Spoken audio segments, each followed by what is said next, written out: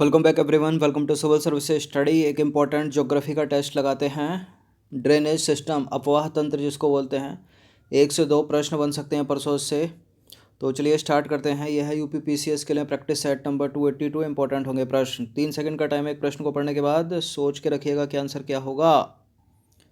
तो question number 1 पर आ जाइए। हमेशा की तरह तीव्र गति से चलेंगे। सिंधु नदी से रिलेटेड कुछ स्टेटमेंट है यहाँ पर और गलत स्टेटमेंट छांटना है हमको।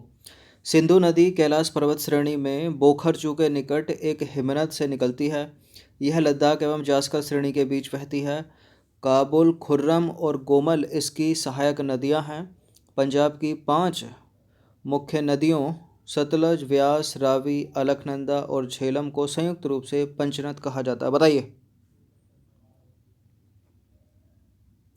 काबुल, खुर्रम और गोमल इसकी सहायक नदियां हैं, पाकिस्तान में है। ये सही है। तीसरा वाला स्टेटमेंट, लद्दाख एवं जास्कर श्रेणियों के बीच में बहती है सिंधु, सही है ये भी।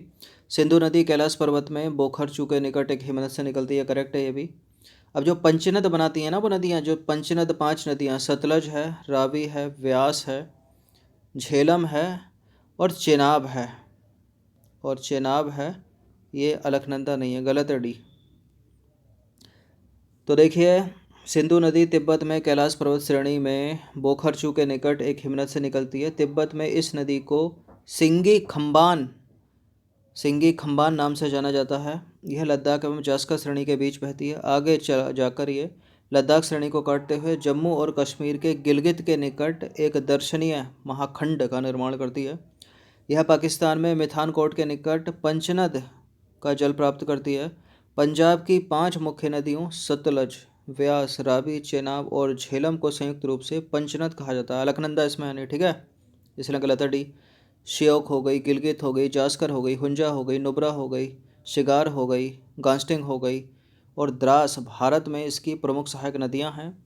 और काबुल, खुर्रम, तोची, गोमल, बिबोआ और संगर पाकिस्तान में इसके दाहिने तट पर मिलने वाली प्रमुख सहायक नदियां हैं, ठीक है, इसकी सहायक नदियां हैं। तो पूछे जाने की संभावना ऊपर से ही होगी। पाकिस्तान का रेयर टू रेयर केस में अगर पूछ लिया तो पूछ लिया, क्योंकि वर्ल्ड ज्योग्राफी भी है ना इसमें, तो कुछ परसेंट पूछ सकता है। इसलिए एक मोटा मोटा याद रखिए कि काबुल, खुर्रम, तोची, गोमल, बिबोआ और संगर भी इसकी सहायक नदियां हैं जो पाकिस्तान में इसके दाहिने तट से मिलती हैं, ठीक है। ब्रह्मपुत्र नदी के संदर्भ में कौन सा एक गलत है। पहला स्टेटमेंट है, ब्रह्मपुत्र नदी का उद्गम कैलाश श्रेणी के दक्षिण मानसरोवर झील के निकट चेमायुंगदुंग ग्लेशियर से होता है।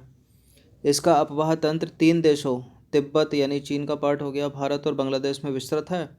उद्गम के बाद ब्रह्मपुत्र पूर्व की ओर हिमालय पर्वत के उत्तरी मैदान के समानांतर बहते हुए नापचा बर्मा के समीप अचानक दक्षिण में यू टर्न लेते हुए भारत में प्रवेश करती है। इनमें से कोई भी सही नहीं है, मतलब इनमें से कोई नहीं, अर्थात ये सारे के सारे सत्य हैं, इनमें से कोई भी गलत नहीं है। बिल्कुल ये सारे के सारे सत्य हैं, इसमें से कोई भी गलत नहीं है। ब्रह्मपुत्र को तिब्बत में किस नाम से जाना जाता है। ब्रह्मपुत्र को तिब्बत में सांगपो के नाम से जाना जाता है। जब ब्रह्मपुत्र और गंगा बांग्लादेश में आकर मिलती हैं तो उसको मेघना के नाम से जाना जाता है। और गंगा जो है जब बांग्लादेश में प्रवेश करती है तो उसको पद्मा के नाम से जाना जाता है। रांगपो जैसा कुछ नहीं है, कोई नदी नहीं है। ब्रह्मपुत्र नदी के संदर्भ में निम्नलिखित में से कौन सा असत्य है। पहला स्टेटमेंट है, कामेंग इसके बाएं तट पर मिलने वाली इसकी एक सहायक नदी है। तो पहला ही गलत है, क्योंकि कामेंग इसके दाएं तट से मिलने वाली इसकी सहायक नदी है। बाकी के सारे स्टेटमेंट करेक्ट हैं, जैसे कि इसे अरुणाचल प्रदेश में कामेंग और असम में जिया भरेली के नाम से जाना जाता है। इसकी सहायक नदियों में दिबांग और शिकांग और लोहित के मिलने के बाद इसे ब्रह्मपुत्र के नाम से जाना जाता है। यह नदी बाढ़, अपना मार्ग परिवर्तन करने और तटीय अपरदन के लिए जानी जाती है, ठीक है। हिमालय के गिरिपद, इसके एक्सप्लेनेशन देख लीजिए। हिमालय के गिरिपद से ब्रह्मपुत्र देखिए सिसंग या देशंग नाम से निकलती है। कामेंग इसके दाएं तट पर मिलने वाली इसकी एक सहायक नदी है। तो दाएं तट पे मिलती है, बाएं तट पे नहीं। इसे अरुणाचल प्रदेश में कामेंग और असम में जिया भरेली के नाम से जाना जाता है। भारत में यह नदी अरुणाचल प्रदेश के सदिया कस्बे के पश्चिम से प्रवेश करती है। देवांग और लोहित के मिलने के बाद इसे ब्रह्मपुत्र के नाम से जाना जाता है।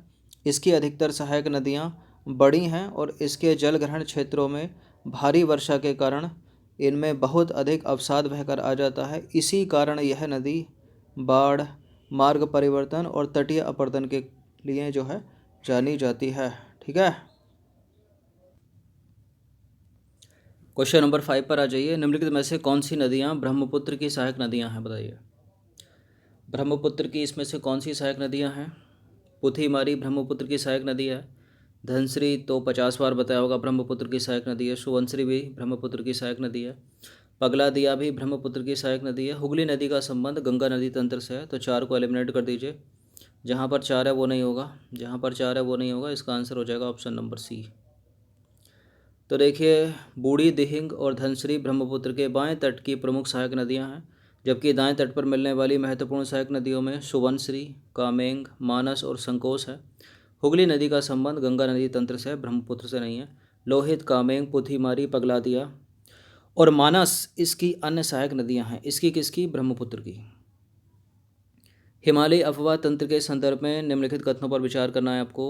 देखिए, जो हिमालयी नदियाँ हैं वो पर्वतों से होकर गुजरने के क्रम में बी आकार की घाटियों का निर्माण करती हैं।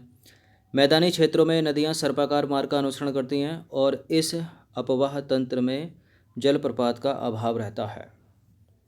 गलत है ये वाला स्टेटमेंट। जलप्रपात भी बनाती हैं, वी आकार की घाटियाँ भी बनाती हैं, छिप्रिकाओं का निर्माण भी करती हैं, जलप्रपात भी बनाती हैं हिमालयी नदियाँ। गलत है पहला वाला। तीसरा वाला स्टेटमेंट, तो 3 को काट दीजिए जहाँ पर है, 1 और 2 इसका आंसर हो जाएगा। तो हिमालय अफवाह तंत्र भूगर्भिक इतिहास की लंबी कालावधि में विकसित हुआ है। गंगा, सिंधु, ब्रह्मपुत्र जैसी नदी द्रोणियाँ इसके अंतर्गत शामिल है। ये नदियाँ वर्ष भर जल धारण करती हैं। हिमालय नदियाँ हिमालय के उत्थान के साथ साथ अपरदन क्रिया के कारण निर्मित महाखंडों से होकर गुजरती हैं। इसके अतिरिक्त ये नदियाँ पर्वतों से गुजरने के क्रम में बी आकार की घाटियाँ, क्षिप्रिकाएँ और जलप्रपात बनाती हैं। ठीक है, तीसरा गलत है। सिंधु नदी तंत्र के संदर्भ में निम्नलिखित में से कौन सा एक असत्य है? भारत में यह हिमालय की नदियों में सबसे पश्चिमी है और जास्कर नदी सिंधु से लेह के समीप मिलती है। सिंधु नदी कराची के समीप अरब सागर में गिरने से पहले एस्चुरी का निर्माण करती है। करेक्ट है पहला, करेक्ट है दूसरा। एस्चुरी कहाँ बनाती है? डेल्टा बनाती है ना। गलत है, डी, सी गलत है। तो सिंधु नदी कराची के समीप अरब सागर में गिरने से पहले डेल्टा बनाती है, डेल्टा। एस्चुरी का निर्माण नहीं करती। सारे के सारे करेक्ट हैं बाकी। निम्नलिखित युग्मों में से कौन सा एक असत्य है बताना। ये है नदियाँ और यह है इनके मिलन स्थल। भागीरथी अलकनंदा में मिलती है। पालतू प्रश्न है कॉम्पिटिटिव एग्जाम का। देवप्रयाग में। धौली गंगा और विष्णु गंगा का मिलन जोशीमठ में होता है। अलकनंदा और मंदाकिनी का क्या? रुद्रप्रयाग में। और अलकनंदा और पिंडार का क्या? विष्णु प्रयाग में। बताइए, एक तो पक्का गलत है इसमें। देखिए, भागीरथी और अलकनंदा का मिलन स्थल देवप्रयाग कहलाता है, सही है। धौली गंगा और विष्णु गंगा का मिलन स्थल जोशीमठ कहलाता है। अलकनंदा और मंदाकिनी का रुद्रप्रयाग कहलाता है, लेकिन अलकनंदा और पिंडार का विष्णु प्रयाग नहीं कहलाता। फिर क्या कहलाता है? कर्णप्रयाग कहलाता है। ठीक है, गलत है, डी। क्वेश्चन नंबर 10 पर आ जाइए। अपवाह प्रतिरूप के संदर्भ में निम्नलिखित युग्मों पर विचार करना है। एक तरफ है अपवाह प्रतिरूप और सामने है नदियाँ। पूर्ववर्ती अपवाह सतलज बनाती है क्या? आरोपित अपवाह दामोदर बनाती है क्या? वृक्षाकार अपवाह कृष्णा और कावेरी बनाती है क्या? बिल्कुल, ये सारे के सारे सुमेलित हैं ऑलरेडी। तीनों के तीनों करेक्ट हैं। डी हो जाएगा इसका आंसर, 1 2 3। तो देखिए, जब नदी ढलान का एक हिस्सा और आसपास का क्षेत्र ऊपर उठ जाता है, साथ ही नदियाँ अपने ढाल के सहारे ही चलती हैं, तो ऊपर उठे हुए हिस्से को आरी की भांति काट देती हैं, जिससे गहरे गार्ज का निर्माण होता है। इस तरह के अपवाह प्रतिरूप को पूर्ववर्ती अपवाह प्रतिरूप कहा जाता है। सिंधु, सतलज और ब्रह्मपुत्र जैसी नदियाँ इस पूर्ववर्ती अपवाह रूप का पालन करती हैं। अब अगला देखते हैं। जब कोई नदी अपने आरंभिक ढलान के सहारे किसी नरम चट्टान से निकलती है, किसी कठोर आधारी चट्टान पर पहुंचती है, तो ऐसा प्रतीत होता है कि कठोर आधारी चट्टान से इसका कोई संबंध नहीं है। इस प्रकार के अपवाह को आरोपित अपवाह तंत्र कहा जाता है। दामोदर, स्वर्णरेखा और चंबल इसके उदाहरण है। तीसरे स्टेटमेंट की अगर बात करें तो वृक्षाकार अपवाह में एक असमान एवं वृक्ष की शाखाओं की भांति प्रतीत होता है। वृक्षाकार अपवाह महानदी गोदावरी, कृष्णा, कावेरी जैसी नदियाँ वृक्षाकार अपवाह बनाती हैं। क्वेश्चन नंबर 11 पर आ जाइए। निम्नलिखित में से कौन सी नदियाँ पश्चिम की ओर बहने वाली नदियाँ हैं? माही पश्चिम वाहिनी नदी है। लूनी यूपी पीसीएस की फेवरेट है, बहुत पूछते हैं इससे रिलेटेड प्रश्न। पश्चिम वाहिनी नदी है साबरमती, पश्चिम वाहिनी नदी है भरतपूजा, पश्चिम वाहिनी नदी है कावेरी, गोदावरी, कृष्णा, गंगा। ये पूर्व वाहिनी नदियाँ हैं, बंगाल की खाड़ी में गिरती हैं। करो एलिमिनेट, दो को एक ही कट रहा है, तो इसका आंसर हो जाएगा 1 3 4 5 1 3 4 5 1 3 4 5 बी। तो देखिए माही एवं साबरमती गुजरात के पश्चिम दिशा में बहती हुई अरब सागर में मिल जाती हैं। इसके अतिरिक्त नर्मदा, तापी, सिंधु, लूनी, पंबा, भरतपूजा, पेरियार आदि पश्चिम वाहिनी नदियाँ। कावेरी प्रायद्वीप भारत की एक महत्वपूर्ण नदी है। भावनी एवं काविनी कावेरी की सहायक नदियाँ हैं जो पूर्व की ओर बहती है। गोदावरी नदी के संदर्भ में कौन सा सही है? गोदावरी प्रायद्वीप भारत का सबसे बड़ा नदी तंत्र है। देखिए टाइम नहीं दूंगा, सीधा आंसर बताऊंगा, है। यह नदी महाराष्ट्र के नासिक से निकलती है और बंगाल की खाड़ी में जाकर गिरती है। क्या? बिल्कुल करेक्ट है। पेनगंगा, इंद्रावती और मंजरा इसकी सहायक नदियाँ हैं। मंजरा इसकी है, कृष्णा की है? इसी की है, करेक्ट है, सारे के सारे डी है इसका आंसर। तो गोदावरी सबसे बड़ा प्रायद्वीप नदी तंत्र है। यह नदी महाराष्ट्र के नासिक डिस्ट्रिक्ट से निकलती है और बंगाल की खाड़ी में गिरती है। पेनगंगा, इंद्रावती, प्राणहिता, मंजरा इसकी प्रमुख सहायक नदियाँ हैं और कॉम्पिटिटिव एग्जाम की फेवरेट, बहुत पूछते हैं इनको। निम्नलिखित युग्मों पर विचार करना। यह है स्थान, यह है नदी तट। उज्जैन क्षिप्रा नदी के किनारे, श्रीरंगपत्तनम गोदावरी नदी के किनारे, नासिक कावेरी नदी के किनारे। कौन सा सही युग्म है? उज्जैन क्षिप्रा नदी के तट पर स्थित है, करेक्ट है। श्रीरंगपत्तनम कावेरी नदी के तट पर और नासिक हो गया गोदावरी नदी के तट पर। केवल एक ही सही है इसमें। यह नदी हिमालय में धौलागिरी और माउंट एवरेस्ट के बीच से निकलती है। इनमें से किसी एक की बात हो रही है और मध्य नेपाल को अपवाहित करती है। त्रिशूल गंगा इसकी एक धारा है। उपर्युक्त विशेषताएं किस नदी को संदर्भित करती हैं? बताइए। नेपाल हिमालय में धौलागिरी और माउंट एवरेस्ट के बीच से निकलती है, ये गंडक है, ये डी है इसका आंसर। तो उपर्युक्त विशेषताएं गंडक से संबंधित है। यह त्रिशूल गंगा और काली गंडक नामक दो धाराओं से मिलकर बनती है। यह नेपाल में धौलागिरी और माउंट एवरेस्ट के बीच से निकलती है तथा मध्य नेपाल को अपवाहित करती है। यह बिहार के चंपारण में गंगा के मैदान में प्रवेश करती है और सोनपुर में गंगा से मिलती है। निम्नलिखित नदियों में से कौन सी पश्चिम की ओर बहने वाली एक नदी है? पेन्नार पूर्व वाहिनी, पलार पूर्व वाहिनी, वैगई पूर्व वाहिनी, शरावती पश्चिम वाहिनी। तो इसका आंसर अपना क्या हो गया? Option number D. पश्चिम पता है ना किधर है? पश्चिम, और ये पूर्व, और ये उत्तर, और ये दक्षिण। तो देखिए उपरोक्त नदियों में से शरावती नदी पश्चिम की ओर बहने वाली नदी है। पश्चिम की ओर बहने वाली अन्य नदियां इस प्रकार हैं। माही पश्चिम की ओर, साबरमती पश्चिम की ओर, डांडर पश्चिम की ओर, कालिंदी पश्चिम की ओर, भरतपूजा पश्चिम, पेरियार भी पश्चिम की ओर। पूर्व की ओर प्रवाहित होने वाली कुछ महत्वपूर्ण छोटी नदियाँ देख लीजिए जो कॉम्पिटिटिव एग्जाम की फेवरेट हो जाती हैं। वैतरणी पूर्व की ओर, ब्राह्मणी पूर्व की ओर, स्वर्णरेखा पूर्व की ओर, पेन्नार पूर्व की ओर, पलार पूर्व की ओर। निम्नलिखित में से किस नदी का जलग्रहण क्षेत्र सबसे अधिक है? इनमें से बताइए। वैतरणी, स्वर्णरेखा, ब्राह्मणी, पेन्नार। सबसे अधिक जलग्रहण ड्रेनेज सिस्टम किसका है? पन्नार का है, सॉरी, पेन्नार का है। तो देखिए उपरोक्त नदियों का जलग्रहण क्षेत्र यानी ड्रेनेज सिस्टम के आधार पर देखें तो ये हैं नदियाँ और ये हैं जलग्रहण क्षेत्र वर्ग किलोमीटर में। तो पेन्नार का सबसे ज़्यादा है 55,213 वर्ग किलोमीटर। उसके बाद ब्राह्मणी का नाम आता है 39,033 वर्ग किलोमीटर। फिर स्वर्णरेखा 19,296 वर्ग किलोमीटर और पलार 17,870 वर्ग किलोमीटर और वैतरणी 12,789 वर्ग किलोमीटर। ठीक है, तो सबसे ज़्यादा पेन्नार के बाद है ब्राह्मणी का, ब्राह्मणी के बाद किसका है? स्वर्णरेखा का, स्वर्णरेखा के बाद है वैतरणी का। अगर डिक्रीजिंग ऑर्डर में सजाएंगे तो आंसर ये होगा, इंक्रीजिंग में सजाएंगे तो ये होगा। क्वेश्चन नंबर 17 पर आ जाइए। निम्नलिखित पश्चिम वाहिनी नदियों को इनके जलग्रहण क्षेत्र के अवरोही क्रम में आपको रखना है। बताइए। पेरियार ए और बी में, माही माही सी और डी में है।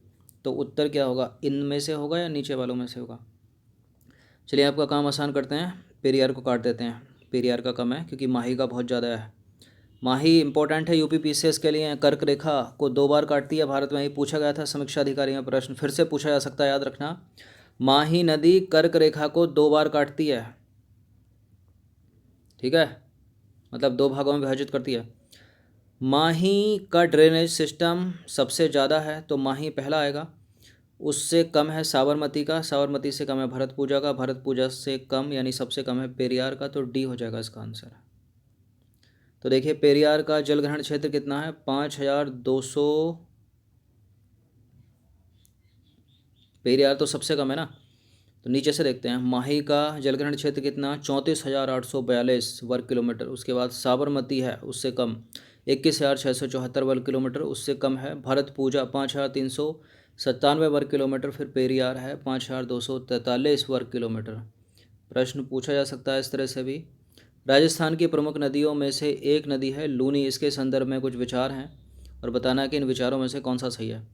लूनी फेवरेट है यूपी पीसीएस की और माही भी। लूनी से प्रश्न बने हैं पिछले 2-3 वर्षों में। लूनी अरावली पर्वत के पश्चिम में बहती है।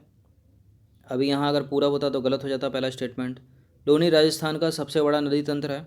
यह सरस्वती और सागरमती नामक 2 शाखाओं के मिलने से बनी है।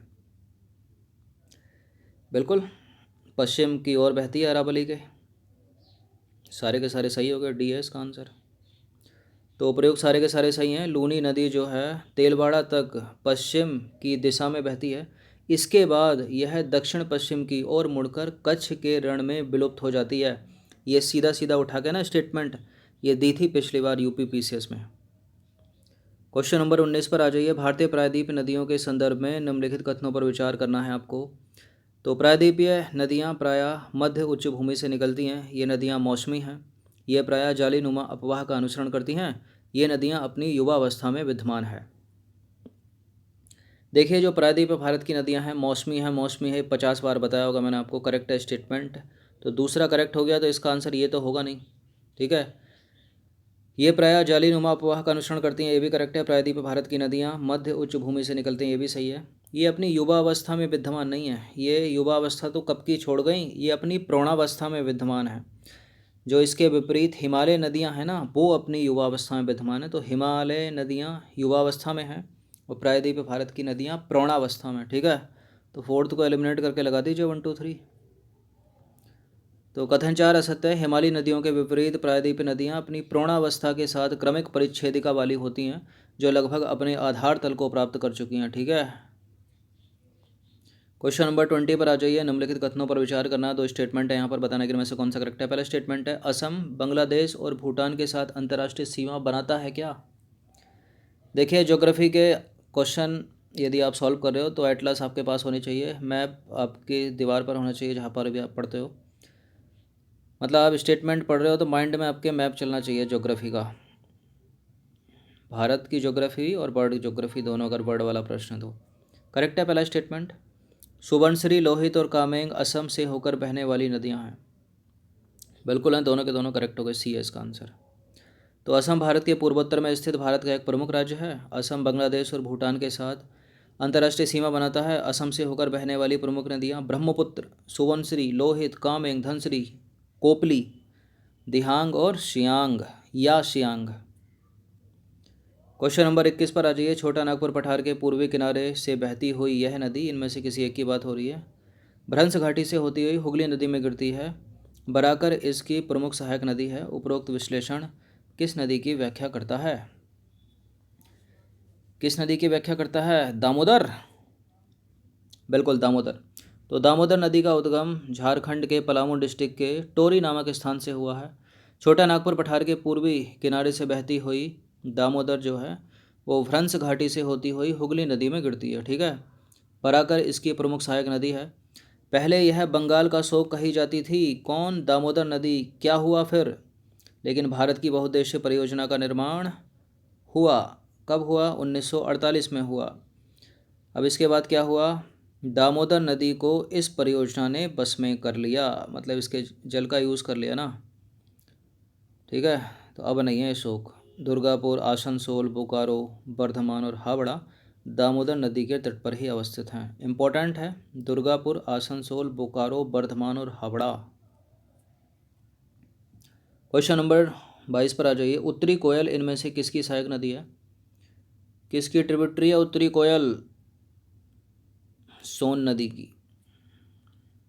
तो उत्तरी कोयल नदी झारखंड के रांची पठार से निकलने वाली एक प्रमुख नदी है जो आगे चलकर सोन नदी में मिल जाती है। मयूराक्षी नदी किस पर्वत से निकलती है? नंगा पर्वत, धौलागिरी, नामचा वर्मा, त्रिकूट। मयूराक्षी निकलती है त्रिकूट पर्वत से। ऑप्शन नंबर ए है इसका आंसर। तो मयूराक्षी नदी झारखंड के देवघर के निकट त्रिकूट पर्वत से निकलती है। इस नदी पर झारखंड में दुमक्का के निकट कनाडा डैम यानी मसानजोर बांध बनाया गया है। इस बांध के नीचे तिलवाड़ा बैराज बनाया गया है जिससे इलेक्ट्रिसिटी का उत्पादन होता है, विद्युत उत्पादन की जाती है। तो ऐसा कर सकता है ये स्टेटमेंट कंफ्यूज करने के लिए। नाम है वो कनाडा का, कनाडा डैम के सामने क्या लिख देगा? मयूराक्षी नदी, तो करेक्ट हो जाएगा। और कुछ और भी लिख सकता है, जो ग्रेट लेक्स हैं उनको भी लिख सकता है, तो वो गलत मत कर देना। कनाडा डैम, मयूराक्षी नदी। पता चला सुपीरियर मार्क आ गए। क्वेश्चन नंबर 24 पर आ जाइए। भारत का प्रमुख औद्योगिक नगर का नाम जमशेदपुर किन नदियों के संगम पर स्थित है? अब पढ़ा होगा स्वर्ण रेखा सभी ने। गोदावरी को तो एलिमिनेट करिए, लेकिन स्वर्ण रेखा में ब्लंडर कर दिया, यहाँ ब्लंडर कर दिया, यहाँ क्योंकि दो दो के साथ जोड़ दिया। अब क्या करें? तो जमशेदपुर किन नदियों के किनारे स्थित है? स्वर्ण रेखा और खरकई। ऑप्शन नंबर बी है इसका आंसर। तो स्वर्ण रेखा नदी रांची के निकट नगड़ी नामक स्थान से निकलती है। भारत का प्रमुख औद्योगिक नगर जमशेदपुर स्वर्ण रेखा और खरकई नदियों के संगम पर स्थित है। उल्लेखनीय है कि भारत का प्रथम इस्पात संयंत्र 1907 में लगा था। याद है कि नहीं? जमशेद जी टाटा द्वारा इसी स्थान पर। अंतिम प्रश्न की तरफ अग्रसर होते हैं। तीस्ता नदी यूपीएससी की फेवरेट है और यूपीपीसीएस की भी और एमपीपीसीएस की भी। तीस्ता नदी के संदर्भ में कौन सा एक गलत है? चार स्टेटमेंट है, पक्का कोई ना कोई एक गलत है। तीस्ता ब्रह्मपुत्र की सहायक नदी है क्या? बंगाल की खाड़ी में गिरने से पहले यह बांग्लादेश और भारत की सीमा पर बहती है क्या? यह सिक्किम में जेमू हिमनद से निकलती है क्या और बांग्लादेश में ब्रह्मपुत्र में मिलती है क्या? जलपाईगुड़ी तीस्ता तट के तट पर स्थित है क्या? चलिए सोचिए, चलिए बताइए। तो तीस्ता नदी ब्रह्मपुत्र की सहायक नदी है, करेक्ट है पहला स्टेटमेंट। यह सिक्किम में जेमू हिमनद से निकलती है और बांग्लादेश में ब्रह्मपुत्र में मिलती है, ये भी सही है। जलपाईगुड़ी तीस्ता नदी के तट पर स्थित है, ये भी सही है। ये यूपीएससी का स्टेटमेंट है।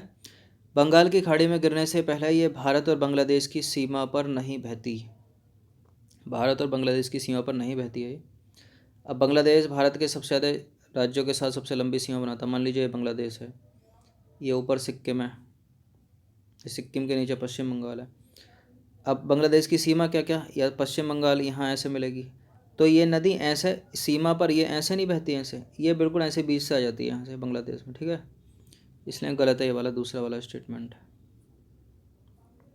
चलिए, तो ये करेक्ट है, ये करेक्ट है, ये करेक्ट है, ये गलत है। तो ये 25 प्रश्न मोस्ट इंपॉर्टेंट थे अपवाह तंत्र के, नदी अपवाह तंत्र। अच्छे से इसका रिविजन कर लीजिएगा, कम से कम 2 बार। एक प्रश्न जरूर फंसेगा इसमें से अगर प्रश्न पूछा जाएगा तो।